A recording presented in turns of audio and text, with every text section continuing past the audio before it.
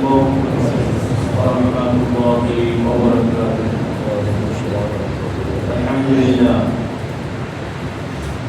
نحمده ونصلي على رسوله الكريم أما بعد. فقد قال الله تعالى في كلامه المجيد والفرقان الحميد: أعوذ بالله من الشيطان الرجيم. إن الله وملائكته يصلون على النبي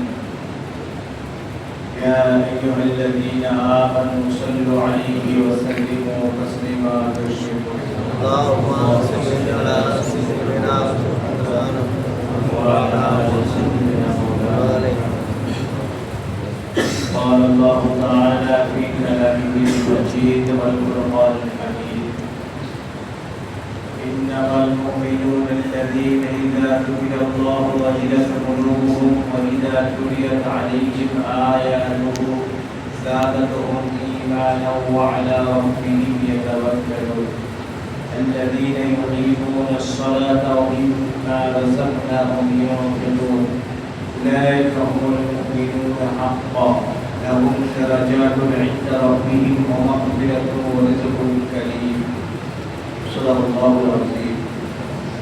মহাসম্মানীয় আজকের জুমার সমস্ত মুসলিমবৃন্দ, আমরা সর্বপ্রথম আল্লাহ সুবহানাহু ওয়া তাআলার দরবারে লাখো কোটি শুকর আদায় করি যে মহান রব্বুল আলামিন, যে মালিক আমাদের সকলকে তার পবিত্র স্থানে একত্রিত করেছেন, আসার তৌফিক দিয়েছেন।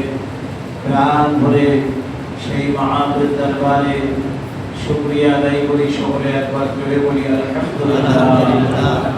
তারপরে মরুদুলাল মুরওয়াশকর মা মিলাল্লাহ জগৎগুরু বিশ্ব নবী আশরাফুল আম্বিয়া সাইয়্যিদুল মুরসালিন রাহমাতাল লিল আলামিন জনাবে মুহাম্মদ রাসূলুল্লাহ সাল্লাল্লাহু আলাইহি ওয়াসাল্লাম, তার উপর লাখ কোটি দরুদ ও সালাম। আমরা একবার বলি সাল্লাল্লাহু আলাইহি ওয়াসাল্লাম।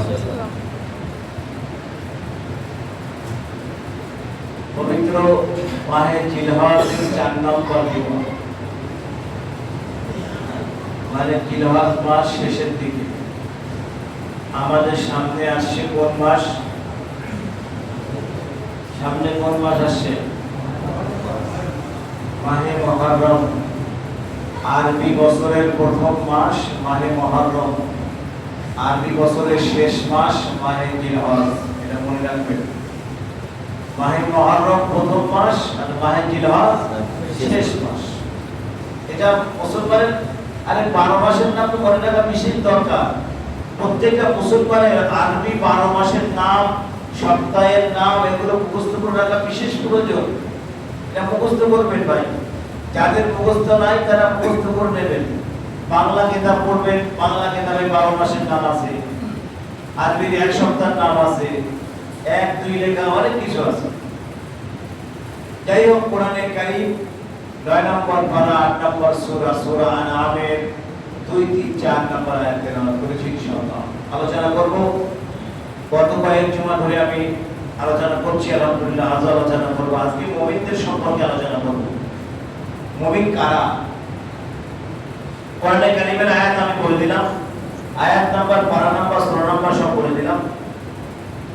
যাদের বাড়িতে তাফসীর আছে তারা বাড়ি গিয়ে দেখে নেবেন মুমিন কারা এবং মুমিন কেমন হয় এ সম্পর্কে আলোচনা করছেন সূরা আনআমের 2 3 4 নম্বর। সুতরাং মুমিনরা এমন হবে, আমরা যারা নামাজ পড়তে এসেছি আমাদের ভিতরে মুমিন কারা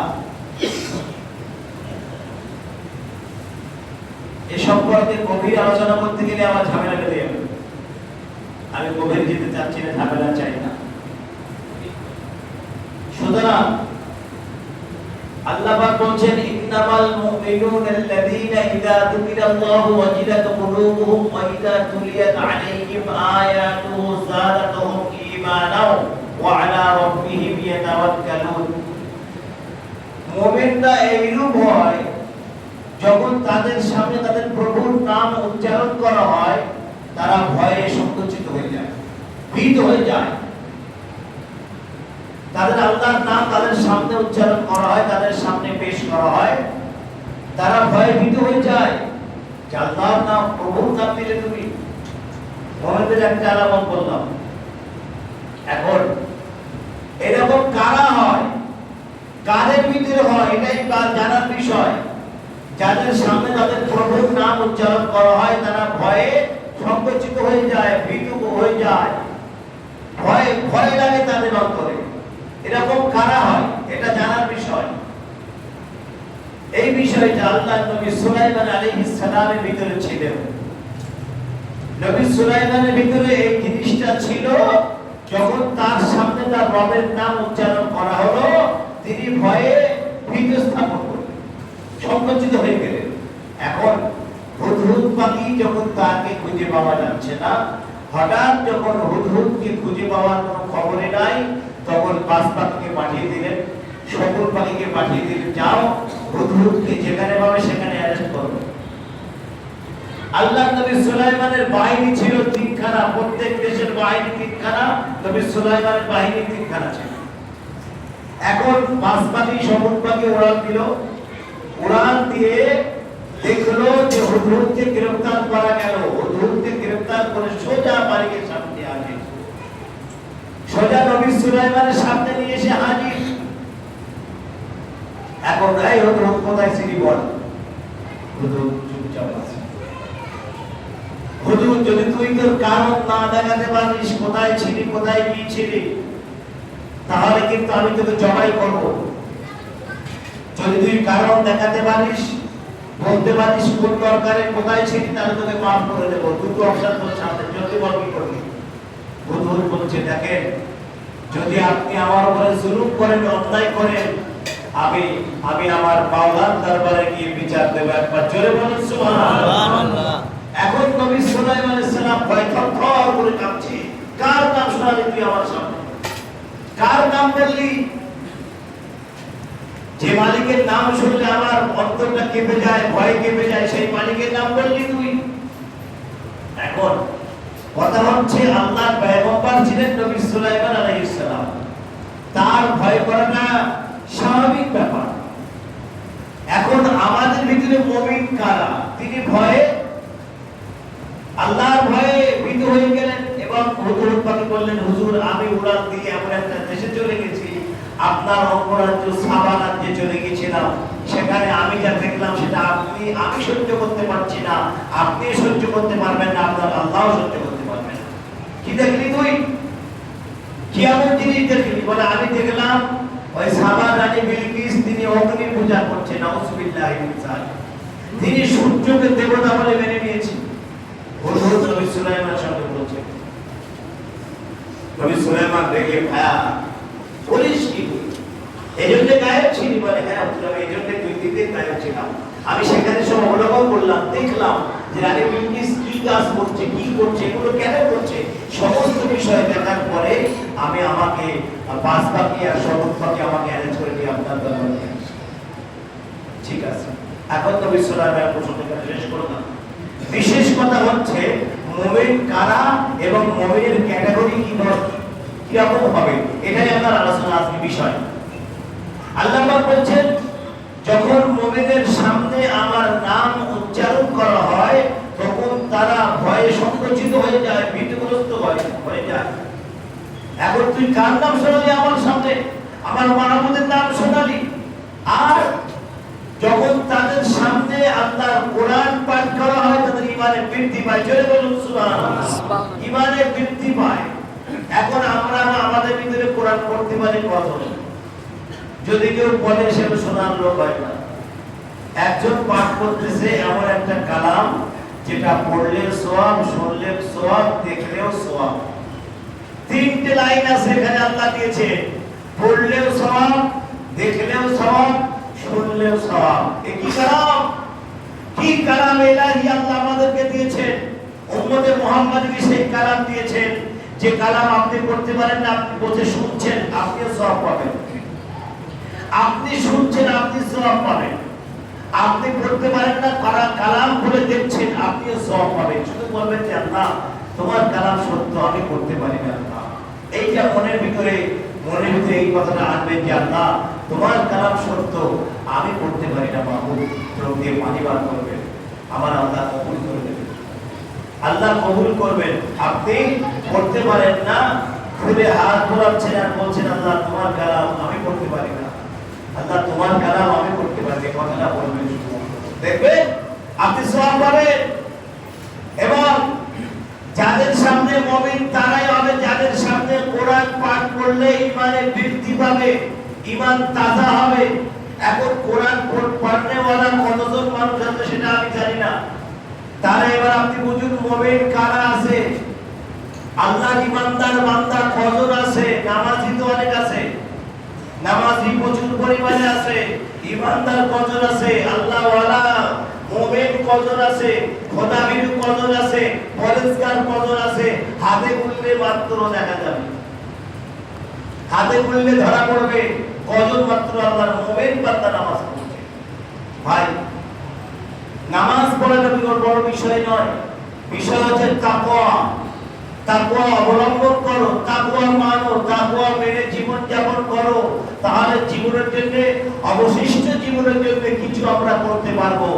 এখনো তওবা করি, আল্লাহর রাস্তায় ফিরে আসি, এখনো তওবা করি, আল্লাহর পথে ফিরে আসি।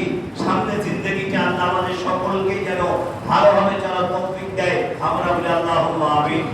একটা কথা বলি, তাহলে মুমিনের দুটো আলামত এখানে বললাম, মুমিনের দুটো আলামত বললাম। একটা আলামত যাদের সামনে আল্লাহর নাম উচ্চারণ করা হবে তারা ভয়ে সংকুচিত হয়ে যাবে, ভয়ে ভীত হয়ে যাবে, এবং তাদের সামনে যখন আল্লাহর কালাম পাঠ করা হবে তারা তাদের ঈমানে বৃদ্ধি পাবে।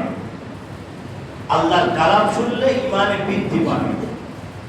আর দুটো বললাম। তিন নম্বর আল্লাহ কি বলছেন?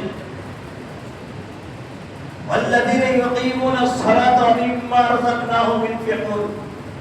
এবং যারা নামাজ সুপ্রতিষ্ঠিত করে, নামাজ কায়েম করে, নামাজ কায়েম করে, আর আমি যা তাদেরকে দিয়েছি তা হতে তারা আল্লাহর পথে ব্যয় করে। আর একটা নাম বললাম, আল্লাহ যে জীবিকা যে অর্থ আমাদেরকে দিয়েছেন সেই অর্থ থেকে কিছু ব্যয় করে, আল্লাহর পথে ব্যয় করে। এখন মেন কথা হচ্ছে ভাই, মসজিদে আমরা সিসি ক্যামেরা লাগিয়েছি, একটা খরচ, মিটার লাগানো হয়েছে, এসি লাগানো আছে, শুধু এসিটা চালাতে হবে, মিটার লাগানো হয়েছে আলহামদুলিল্লাহ। এইবার আমরা এসি ব্যবস্থা করব। আপনারা যাতে সুন্দরভাবে নামাজ পড়তে পারেন সেদিকে কমিটি কর্তৃপক্ষ চিন্তা ভাবনা আছে, এটা আপনারা জানবেন। শুধু টাকার অভাবে আপনারা গরম ভোগ করেছেন, টাকার অভাবে, অন্য কিছু নয়। আমি আপনাদের বারবার বলেছি আপনারা পয়সা দেন, আমরা এসি লাগিয়ে দিই। এসি তো 4টে দিয়েছে, দুটো আছে আর দুটো আছে বাইরে। তো যাই হোক আলহামদুলিল্লাহ, আপনারা এবার কিছু কিছু পয়সা বাড়িয়ে দেন ভাই। এসি লাগানো হচ্ছে মানে বুঝতে পারছেন কারেন্টের বিলটা কেমন আসতে পারে। এসি লাগানো হয়েছে মানে ইলেকট্রিক বিল কত আসতে পারে এটা আপনারা ধরে নেন। 4টে 5টে এসি লাগানো মানে মসজিদে বিরাট ব্যাপার। এবং ক্যামেরা লাগানো হয়েছে, 8খানা ক্যামেরা। এগুলো বিশেষ প্রয়োজন ছিল মসজিদের জন্য ভাই, এটা কোনো ব্যক্তিগত নয়, এটা আল্লাহর ঘরের জন্য ক্যামেরাগুলো লাগানো হয়েছে। এসিটা আর কংক্রিট আছে, লাগালে হয়ে যাবে ইনশাআল্লাহ। আমাদের কারেন্টের মিটার সব ঠিক হয়ে গেছে। এখন আপনারা শুধু একটাই কাজ করবেন, পয়সা দেবেন, বাস। আপনারা শুধু পয়সা দেবেন। আল্লাহ বলছে এখানে আল্লাযীনা ইউকিমুনাস সালাতা মিম্মা রাযাকনাহুম ইউনফিকুন। আমরা যারা নামাজ সুপ্রতিষ্ঠিত করলো, নামাজ কায়েম করলো, আর আমি যে জীবিকা দিয়েছি তা হতে তারা ব্যয় করলো আল্লাহর পথে। একবার জোরে বলুন সুবহানাল্লাহ। আল্লাহর পথে ব্যয় করলো। এখানে অন্য খাতে বলা হয় নাই, অন্য জায়গার কথা বলা হয় নাই, ভুল ভাববেন না। অন্য জায়গার কথা আমি আলোচনা করছি না। আল্লাহর পথে ব্যয় করে। আল্লাহর পথ বলতে যেটা বোঝানো হয়েছে সেটাই সেখানেই দেবেন। আপনি মনে করছেন মসজিদ, আপনি মনে করছেন মাদ্রাসা, আপনি মনে করছেন কোন খানকা, আপনি মনে করছেন কোন পীরের দরবার, আপনি মনে করছেন এই রাস্তাটা খারাপ আছে, রাস্তা ঠিক করবেন, আপনি মনে করছেন ওই জায়গায় টিউবওয়েল নাই, ওই জায়গায় টিউবওয়েল বসিয়ে দিলেন। মানুষের সুবিধার্থে যে কাজটা করা হয় সেটাই আল্লাহর পথে ব্যয় করা। আপনার দরবারে কোনো ভিক্ষুক আসে, তাকে আপনি সাহায্য করলেন, এটাও আল্লাহর পথে ব্যয় করা। আপনি এক কথায় আল্লাহ খুশি হবে এমন কাজ করবেন, আল্লাহ খুশি হবে এমন পথে ব্যয় করবেন যেখানে আল্লাহ রাজি আছে। এই পথটাই হচ্ছে আমার আল্লাহর পথ। বুঝতে পারছেন? এখন আল্লাহ পাক বলছেন, তাহলে কি বললাম যে আমরা সব রেডি করেছি মসজিদের কাজে, আপনারা শুধু পয়সা দেবেন। আমি বারবার বলছি, আল্লাহর ঘরের চেয়ে দান করা উত্তম দান আর দুনিয়ায় কিছু হতে পারে না। যেখানে মানুষ নামাজ পড়বে, যেখানে মানুষ নামাজ পড়বে সেই জায়গায় দান করবেন, এর চেয়ে উত্তম দান আর হতে পারে না। আল্লাহ রাসূল বলেছেন, মান বানালিল্লাহি মাসজিদা বানাল্লাহু লাহু বাইতান ফিল জান্নাহ। যে ব্যক্তি আল্লাহর ঘর নির্মাণ করলো, আল্লাহর ঘরে সাহায্য করলো, আল্লাহর ঘরে টাকা দান করলো, আমার আল্লাহ বলেন তার জন্য আমি জান্নাতে ঘর বানিয়ে দেব। জোরে বলুন সুবহানাল্লাহ। জান্নাতের ভিতরে ঘর বানিয়ে দেব। তো ভাই বাবাজিরা, আমি আপনাদেরকে আজকে জুমা শুধু বললাম যে আপনারা পয়সা দান করেন, পয়সা দেন মসজিদে আল্লাহর ঘরে। আগামী জুমায় আমি কিছু কিছু পয়সা আপনাদের কাছে চাইবো, আপনারা দেবেন ইনশাআল্লাহ। যেহেতু এসি বসানো হচ্ছে, ঠান্ডা জানলার কাজ বসানো হয়েছে, আপনারা দেখতে পাচ্ছেন। কম খরচ মনে করবেন না, খরচটা অনেক